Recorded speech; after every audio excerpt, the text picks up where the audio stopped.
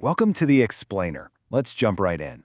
Today, we're taking some seriously complex syntax and transforming it into a practical, hands-on masterclass. We're going to break down exactly how you read, modify, and commit ABAP business objects using entity manipulation language.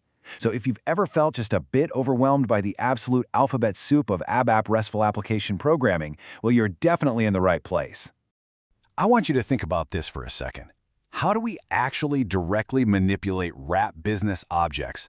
Imagine you're in a situation where you need to completely bypass the standard user interface flows. You need to directly interact with those underlying RAP structures, but through your own custom ABAP code. How do you get under the hood and make those changes happen safely? Well, that is exactly where EML, or Entity Manipulation Language, comes into play. You can basically think of EML as our universal translator. It's literally the remote control that bridges your custom code and the RAP framework. And there are two massive key additions we're going to use to manage this control: in local mode and privileged mode. These are absolutely crucial for helping us either bypass or manage standard authorizations. Here's our roadmap for today's explainer. We'll hit the basics in EML additions, look at reading data, modifying records, checking permissions, committing data, and finish up with the modify augmenting variant.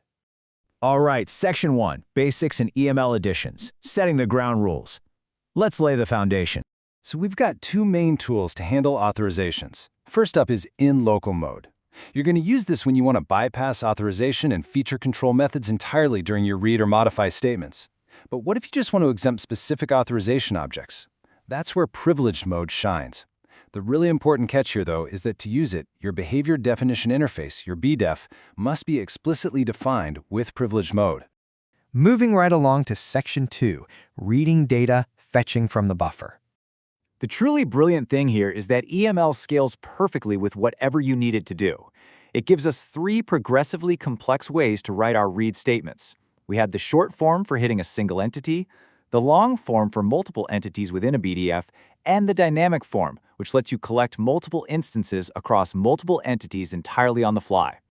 Just look at how incredibly clean this short-form syntax is. When you only need to hit a single entity, you just use read entity.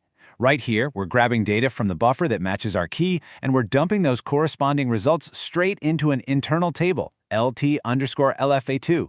It's simple, it's direct, and it's highly efficient. But you know what happens when your logic suddenly requires multiple entities all at the same time? That's when you step up to the long-form read entities. Notice the plural there. This syntax lets you explicitly call out the business object interface name and then just stack up the specific entities you need, like ZI_alpha1_2 and ZI_L51_2 that you see right here. It beautifully groups your reads into one cohesive call. And for absolute ultimate flexibility, we have the dynamic form. This approach uses an operation table, often called an op tab. Think of this op tab as your centralized array. You define whether it's a standard read or a read by association, pass in your instances, and tell it exactly where to put the output. This is a game changer because it allows you to process a highly dynamic set of read operations all at once, without having to hard code everything right at the start. Okay, Section 3, Modifying Records, Changing the Buffer. Let's see how we actually alter these records. Listen, this is a massive pro tip right here. To keep your time complexity down, you really want to avoid modifying records inside a loop at all costs. That is a total performance killer. Instead, do exactly what this snippet shows. Append all your new records to an internal table first, and then fire off your modify entities statement just one single time using the create from syntax. It perfectly optimizes the whole execution. Now, pay super close attention to this next part, because it trips up a lot of developers. When you're doing a create by association, say you're creating a sales order and its line items at the exact same time, the headers %CID and the items %CID ref absolutely must be a perfect match. They have to be completely identical if you want to link those associations properly in the buffer. No exceptions. Let's actually look at that rule working in the syntax. If you squint a bit at this code block, you can see the hard-coded keys.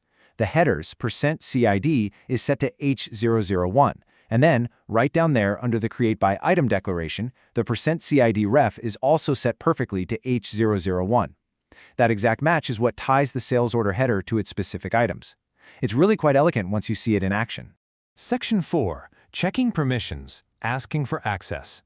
So how do we actually verify accessibility before making a mess? We use the get permissions request. What's fascinating about how this works under the hood is that based on your query, it actually runs the corresponding global authorization or feature control methods before you're allowed to continue.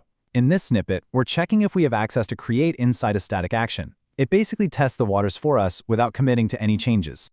All right, Section 5, committing data, the final save, the climax of our process. Think about exactly where we're at right now. You've successfully read your data, you've modified everything cleanly in the transactional buffer, you've meticulously checked your permissions. But here's the reality check. None of it is permanent yet. If your session ends right this second, poof, it's all gone. So what's the exact next step we need to take to persist this data to the database? We use commit entities. This statement triggers the save sequence, and it's a huge core part of the RAP logical unit of work.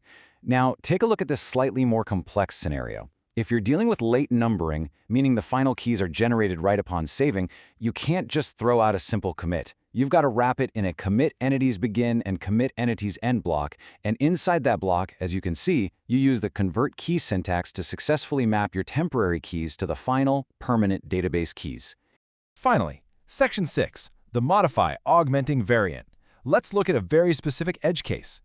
Now this variant, it's highly specific and honestly very strict.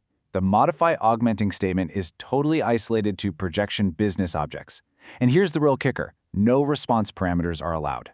It explicitly forbids you from using standard response additions like failed, mapped, or reported. You're essentially handing the wheel over to the framework to handle the routing without getting those direct feedback loops. Which brings us to this absolute non-negotiable rules straight from the source material. A modify augmenting statement must not overwrite any fields from the original request. What this actually means for you in practice is that you absolutely cannot have the same % control flag set for the same instance in both the original change and your augmenting change. They must be completely mutually exclusive. Here's what that syntax actually looks like with the modify augmenting entity statement. But I've got to give you a huge word of warning here. If you violate that rule we just talked about, and you attempt to overwrite fields from the original request using this syntax, the framework is incredibly unforgiving. It will immediately throw a system dump. Bam! So you have to use this powerful tool with extreme precision.